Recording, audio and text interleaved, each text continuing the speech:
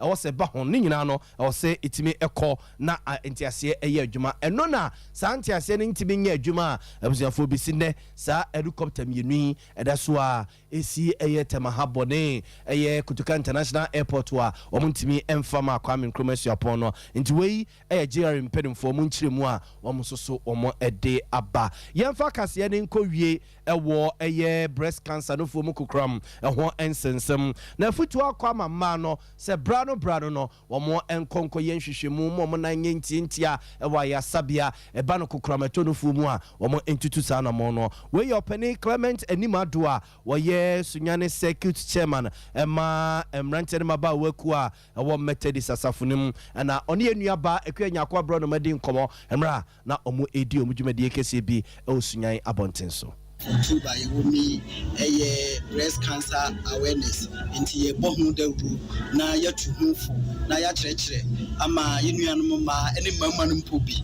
edurumre bia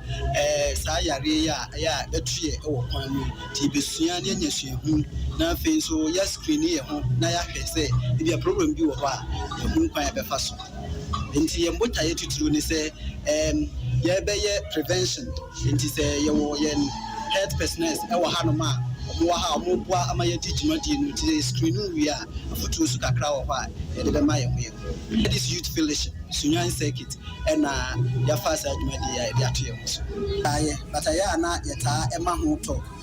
but this year the Sunyane diocese afa to ye ho so circuit bia organizing program ni emfa ema ye members no nti ye hwe hu se ye ntimi mfa ma youth fellowship members nko a nti enne kwasi dai ya ye ewo asori premises ya se ye nuanom ema ye maame no mo ene ye nuanom mamampo benya akwanya na ye suade na ye screening so